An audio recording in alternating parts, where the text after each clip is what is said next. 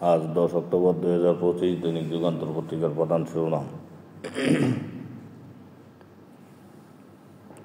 ৪৯তম BCS পরীক্ষা আজ। ৬৮৩ পদে লড়ছেন ৩ লাখের বেশি প্রার্থী। গ্রুপিং বন্ধে দ্রুত একক প্রার্থী চায় তৃণমূল, যোগ্য প্রার্থীর বাছাইয়ে মনোযোগ বিএনপি।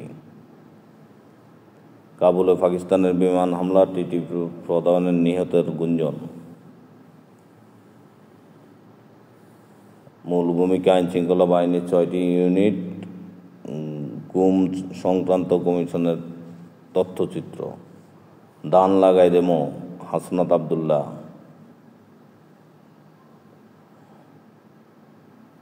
ফেব্রুয়ারির প্রথমার্ধে নির্বাচন আয়োজনে অঙ্গীকারবদ্ধ সরকার। এভাবে ম্যাচ হারা যায়?